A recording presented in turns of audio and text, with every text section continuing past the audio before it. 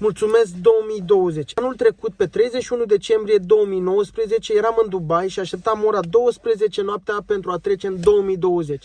Un an care mi-am dorit să fie cel mai fain an dintre toți anii care au fost. La începutul ianuarie 2020 am aflat că urmează să fiu tătic. Și mi-am zis, mi-au fost ascultate rugăciunile și chiar o să fie un an fenomenal. O lună mai târziu, pe la începutul februarie, am închis Club The One, clubul meu de suflet pe care l-am avut 4 ani de zile. L-am închis, dar am avut în plan să deschid un nou club, un nou concept, Club Goa, Gate of Angel. 2 săptămâni mai târziu am făcut deschiderea pe 29 februarie, Club Goa. Mare nebunie, am zis iarăși, mulțumesc Doamne, am reușit să iau ceva de la zero, un nou club pentru Bacău, un început foarte bun. 2 săptămâni mai târziu, pe 11 martie, a început în România să intre noul virus, coronavirus. Au început restricțiile cu 50-30 de persoane, a trebuit să închidem, Horeca a murit, 3 luni de zile toată România a fost închisă. Am stat în casă, era ceva nou pentru noi, ne-am zis să vedem tot răul spre bine, nu? Să vedem și un bine în tot rău care era. Am petrecut mult mai mult timp cu familia, cu iubita mea, cu Mădălina, mai ales fiind gravidă, am stat cât mai mult cu ea. A fost bine, chiar nici n-am simțit când a trecut pandemia. A trecut timpul foarte ok. După cele 3 luni de zile am avut discuții cu proprietarul de bănuți, un alta a trecut, dacă mai țin clubul, trecut, ne-am înțeles, totul bine. Urmând 3 septembrie am încheiat contractul. Oficial Club Goa l-am închis, doar 2 săptămâni m-am bucurat de el, băcăoane s-au bucurat de el, mult prea puțin. Gate of Angel s-a închis din cauza ta, coronavirus. Asta este, dar nu este problemă, trecem mai departe. Pe 4 septembrie, o zi diferență, după un ecaz vine și o bucurie. Iubita mea a născut gemeni, Maia și cu Kevin, copiii mei. De aici mi s-a schimbat viața total în foarte bine.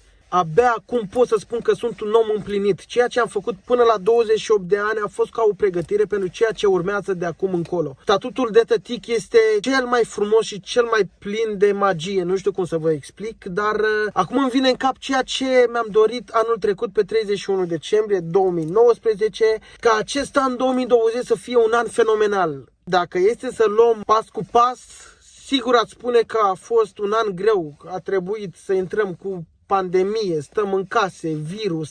Eu am închis 2 cluburi, practic, The One, Goa, din cauza acestui virus. Dar nu, chiar a fost un an fenomenal. Cu rele, cu bune, am devenit tătic, ceea ce este cel mai important și a făcut ca acest an 2020 să fie exact așa cum am dorit, fenomenal. Tot acest an, pe lângă club, chiar dacă l-am închis și după club, am ocupat cu aranjamente florale, Trandafiros, căutați pe Facebook și pe Instagram, livrăm gratuit la domiciliu. Mă bucur că am putut prin aceste flori să fac cele mai frumoase surprize prin voi, persoanelor dragi, să le trimit și să văd cum aduc zâmbet pe buzele voastre prin aceste flori.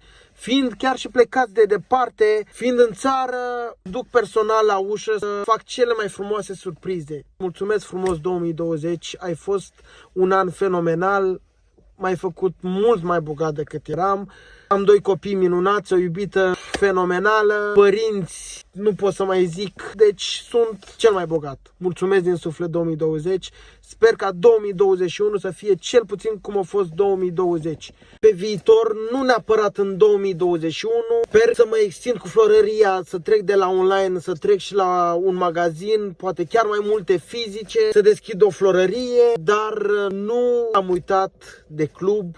Nu știu exact când, aștept să treacă toată nebunia cu pandemia, să fim la normal, să nu mai urmez nicio restricție, nimic, iar într-un an, 2, 3, nu știu când o să fie o surpriză, avem în gând să redeschidem Club The One. Urmăriți pagina, urmăriți-mă pe mine, mulțumesc pentru că tot în 2020 am ajuns să fac vloguri. Știu, mulți sunt cricotași, critică, dar nu este problemă, eu vă mulțumesc foarte mult că mă urmăriți. În număr puțin cât sunteți cei mai minunați, vă mulțumesc frumos. Este distracția mea, este locul în care mă deschid și pot să fac tot felul de nebunii. Urmăriți-mă pe mine pe pagina de Instagram Vladi SB, pe iubita mea în tip Mădălina. pagina, acolo postăm ceea ce facem zilnic. Mulțumesc frumos, mulțumesc încă o dată 2020. Pentru 2021 știu ce îmi doresc. Sănătate multă copiilor, mie și Mădălinei, să putem să-i creștem cât mai frumos și să le oferim tot ce au nevoie, să le fim alături mereu, sănătoși, sănătate multă și putere de muncă pe mai departe. Mulțumesc și la mulți ani! Vă iubim!